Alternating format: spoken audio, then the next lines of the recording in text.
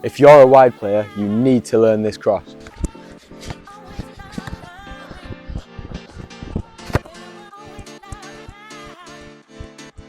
If you don't know how to do it, I'm going to teach you. Hold on then, let me explain. Right then, boys and girls, I'm sure that if you watched the World Cup this year, you noticed that there are a few goals. More importantly, quite a lot of goals from crosses. And the cross we're going to talk about today is the floated cross. Rodgers and Kane in the centre. Kane gets there with a header! A floated cross is where the ball is played high into the box, giving the attackers more time to go and win the ball, but also giving the defenders more time, which is why a good floated cross is one where it uses the fact that it's high and slow to make it to the attacker's advantage and not easy for the defenders to defend, and that's what we're going to talk about today. The cross we're talking about today is our floated cross. Every player is using this floated cross. Usually it's from your wingers. Best example I can give you, Saka for the cross for Bellingham against Mexico. Our three things we want today is we want height, we want hang time, and we also want our direction to be right. First of all, the height.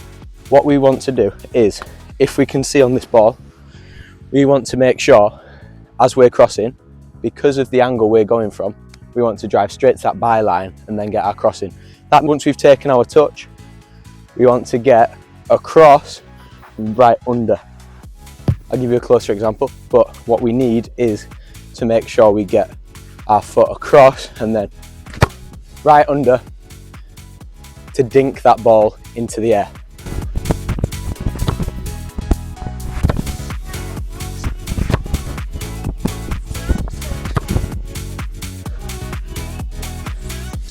We want to be using just the instep, but the lower end of our instep, so we get our maximum height. Using that part of our foot, it will give us the height as well as the hang time that we need in order to make sure those crosses float in. If we notice from this World Cup, what defenders struggle with is when they're put static against moving attackers. And this, all it does, it gives our attackers more time to make that late run into the box, like your Bellinghams, even like players like Gabriel from certain set pieces, things like that. Making sure we've got enough time to get in there, get a header off against a goalkeeper who's put on his heels and has absolutely no chance, okay? But wait! There's more! I almost forgot to mention, the setup is an integral part of this cross, because if we don't know how to do the cross and where to do the cross, there's no point to do the cross. Well, I tell you what, Sherlock Holmes, you are unbelievable. Because this cross is situational in certain aspects, and we are going to explain that now. Talking about our setup for the cross, what we want is, we want to be in a wide area like this, driving towards that byline. Here, just for an example, we've just got a gate where we need to push that ball through, and this is where we can take some of our bigger touches.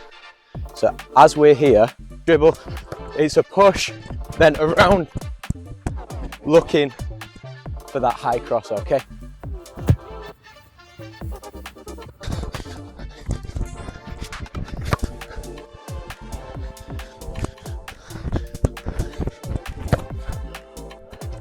Just for our final example now, just going to make a really big point, driving all the way to that byline, then using our body shape. What we want to do is, we can't be coming from behind the ball, we'll end up kicking it out of play for at the byline. Make sure, once we get here, we want to wrap our foot around and get under, like we said before.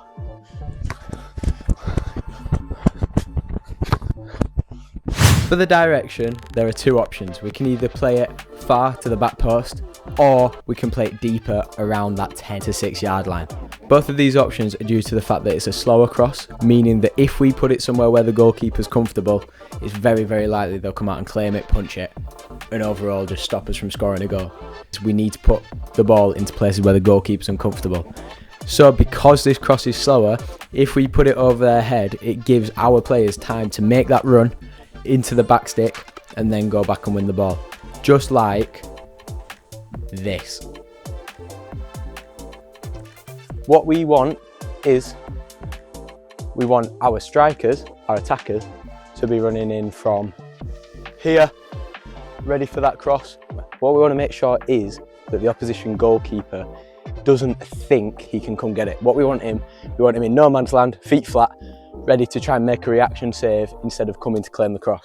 If you combine all of these factors in the right circumstances, and that makes a cross that is incredibly hard to defend and incredibly easy to attack. Now it's time to put it into practice. Saka, first time he's really got into this kind of area, able to do damage. Bukayo Saka, past Kane, but Bellingham coming in!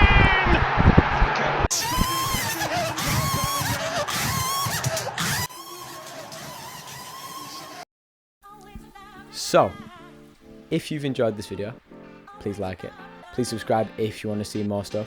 We've already got some other training session stuff, shorts, videos, all that kind of stuff. I'll put one at the end of the video. You can click straight on it. You can go straight to it. You can like that one as well if you want.